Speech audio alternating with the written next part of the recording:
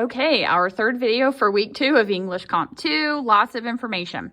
So in my second video, I had referenced one place to find MLA works cited information is on our quick reference guide. This is a short guide provided by our Writing Center at OCCC. You can get to it from their website, which I am more than happy to show you how to get to it, but it's also linked here under Great Resources for You.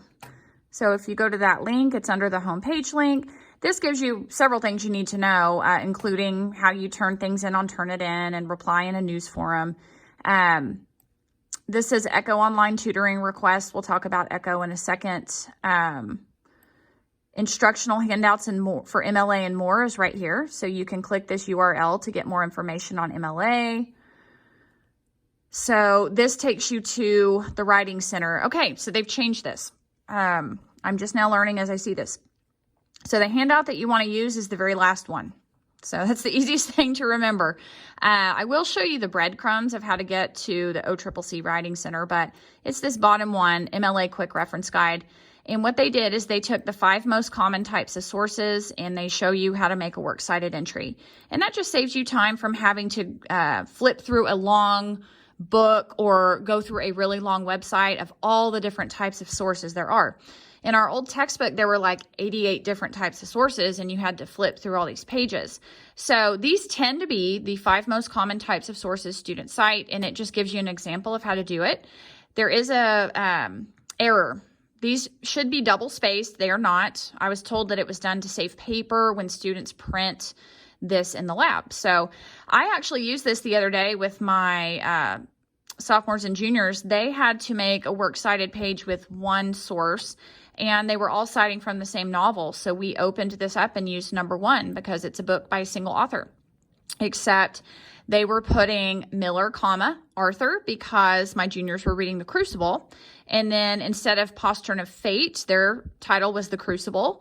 And then our publisher was, I think, Penguin Plays is what it's called. And then the year that it was published was 1976, I believe was ours. So in any case, you just follow what they have modeled here for you. So they have an anthology, which is an article within a textbook. They have a website, which, I mean, I refer students to number 3 all the time. It's really easy to cite a website. You just do the author, and again, skip this. If there's no author, skip it. And then you do the article title or the title of the specific link you're looking at in quotation marks. Then you do the website title in italics. You do not need photographed by Acacia Johnson unless you are looking at a photograph. If it's just an article, you don't need that. And then you put the date you saw it or that it was published, and then you put the web address. So websites are really easy. And then there's organization, agency, institution, or group.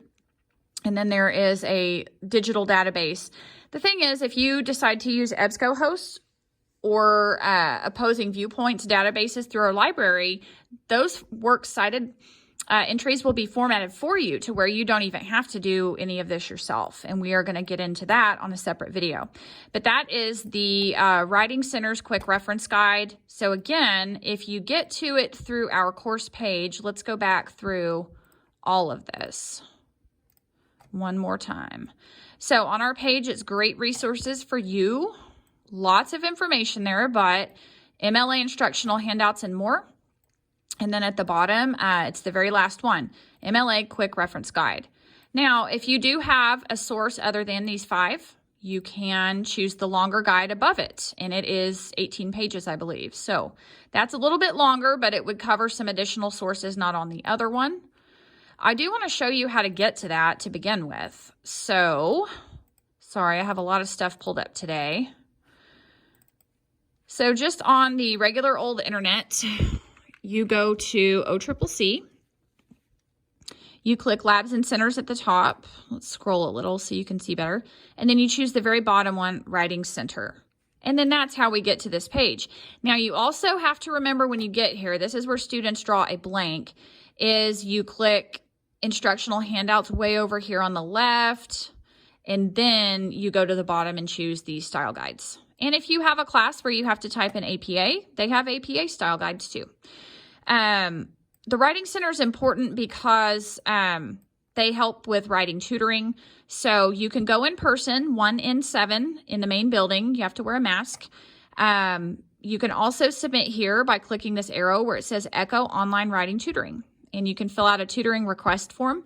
Because they have been getting so backed up, which many of you know from the last 8 weeks, please submit your essay 4 to 5 days before it's due, or you will not receive feedback in enough time.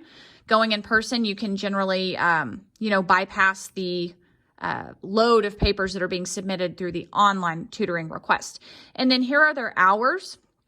So Monday through Thursday, 9 a.m. to 7 p.m., Fridays, 9 to 5, Saturdays, 10 to 3, Sundays closed. So that does give you some information on the Writing Center and how they can be beneficial to you. And we're going to stop this one and then come back for EBSCO host and opposing viewpoints.